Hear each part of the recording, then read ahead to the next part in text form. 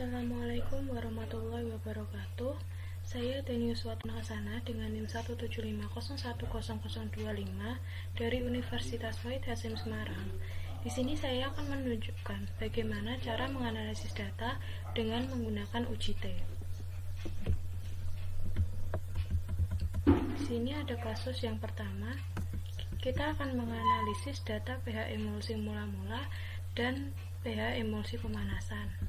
Yang kedua, kita akan menganalisis uji normalitas, dan yang ketiga, kita akan menganalisis UJT berpasangan.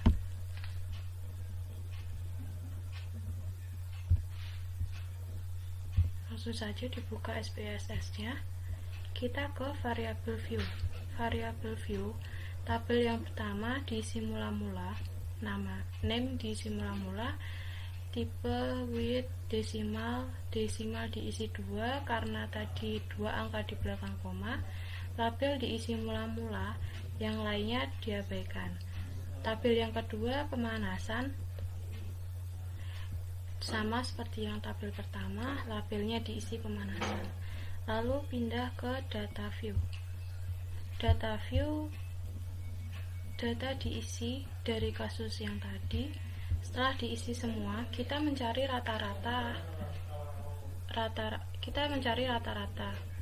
Yang pertama klik analyze, lalu descriptive statistik, lalu frequency. Dari mula-mula pemanasan yang ada di sebelah kiri ini dipindah ke variabel semua. Lalu klik statistik, central detensi di checklist yang min, karena kita akan mencari rata-rata. Lalu klik continue, klik OK.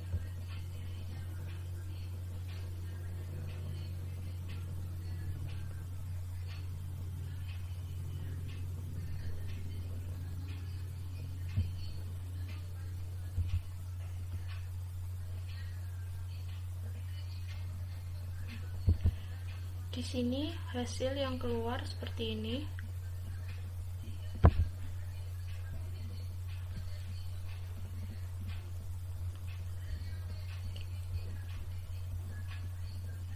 pH emulsi mula-mula lebih besar daripada pH pemanasan.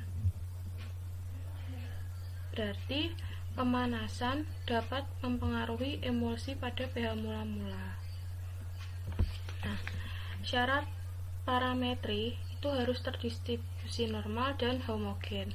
Untuk mengetahuinya, maka menggunakan uji Kolmogorov-Smirnov jika sampel yang digunakan itu lebih dari 100.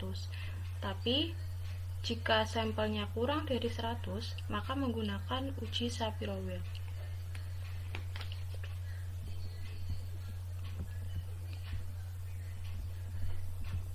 Lalu kita menggunakan uji Shapiro-Wilk karena sampel kurang dari 100. Kita ke analyze, descriptive statistik, lalu explore.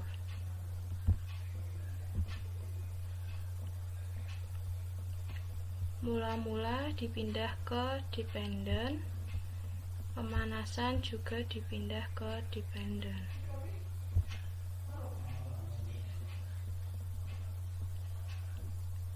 Display di checklist yang plot, lalu klik plot, ini dihilangi. Box plot diisi none, normality plots with test di checklist, lalu continue. Klik OK.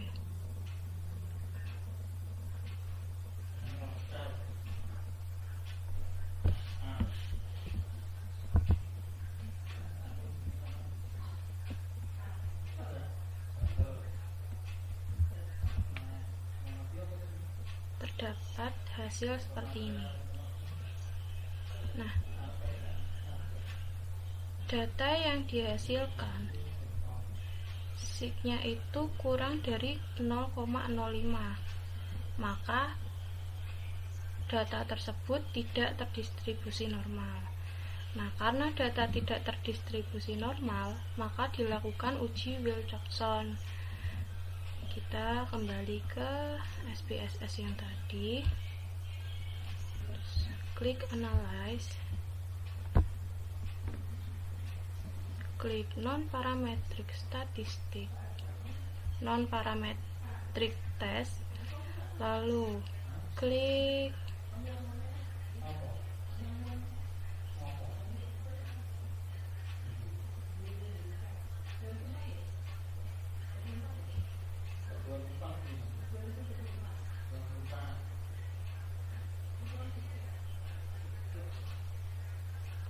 to relate sample.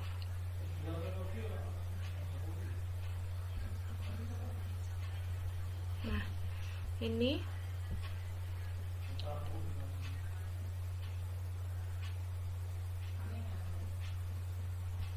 mula-mula dipindah ke test pairs. Pemanasan juga dipindah ke test pairs.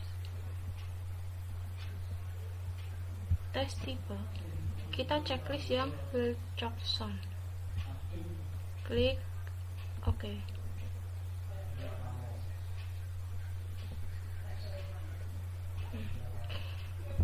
Dapat hasil seperti ini. Nah, hasilnya seperti ini. Nah, di sini signya kurang dari 0,05, maka terdapat perbedaan pada pH mula-mula dan pH emulsi pemanasan.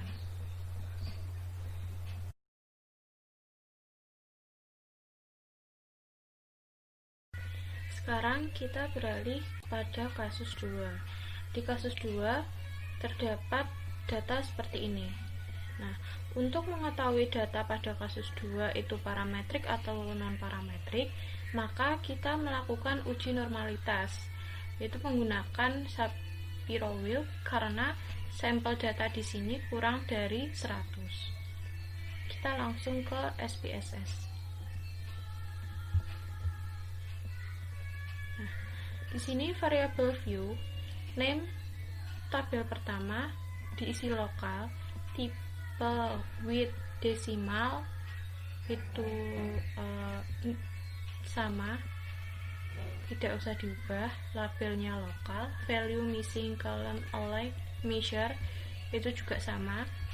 Tabel yang kedua, name yang kedua itu diisi import, tipe with desimal juga sama, desimal diisi 2 karena di belakang koma itu ada 2 angka.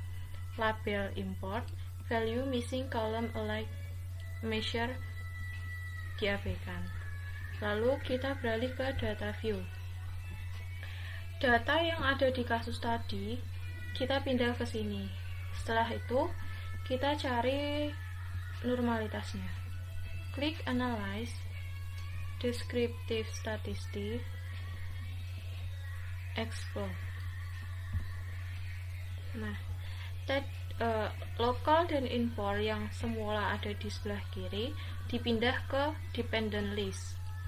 Lalu display di checklist yang plot, kotak plot, deskriptif dihilangkan checklistnya, box plot di checklist yang non, formality plot with test di checklist. Lalu klik continue, klik OK.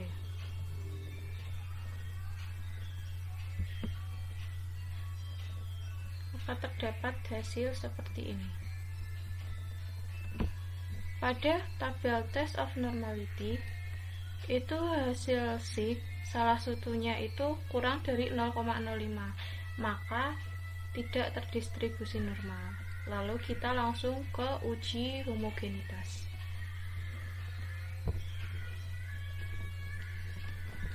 Pada uji homogenitas di variable view, tabel pertama name diisi merek minuman, tipe with diabaikan, desimal itu 0 karena di belakang koma itu tidak ada angkanya. Label diisi merek minuman, value diklik, value diisi angka 1, lalu label diisi lokal, diklik add, value diisi angka 2, label diisi import, lalu klik add, klik OK. Tabel yang kedua di name diisi kadar sakarin, tipe width diabaikan, desimalnya 2 karena ada 2 angka di belakang koma, labelnya diisi kadar sakarin, yang lainnya diabaikan. Lalu ke data view. Nah, data view di sini sudah diisi sesuai dengan data yang ada di kasus. Lalu kita cari homogenitasnya, klik analyze, descriptive statistic, explore. Nah, yang kadar sakarin semula dari kiri dipindah ke dependent list, merek minuman yang di sebelah kiri dipindah ke factor list. Display di checklist yang bold plots di checklist yang non, deskriptif dihilangkan checklist semua, spread versus level with event test di checklist yang power estimation. Klik continue, klik OK.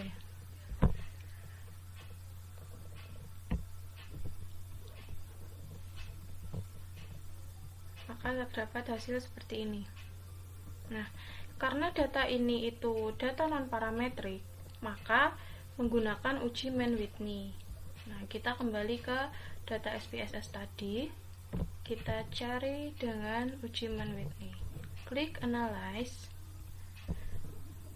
Non-Parametric Test, lalu klik To Independent Sample. Nah, kadar sakarin yang semula ada di sebelah sini dipindah ke test variable list. Merek minuman yang semula ada di sebelah kiri sini dipindah ke grouping variable. Tes tipe Mann-Whitney karena kita mencari dengan uji Mann-Whitney. Lalu option diklik, statistik di checklist yang deskriptif, missing value diisi dengan exclude case test by test. Continue, klik OK.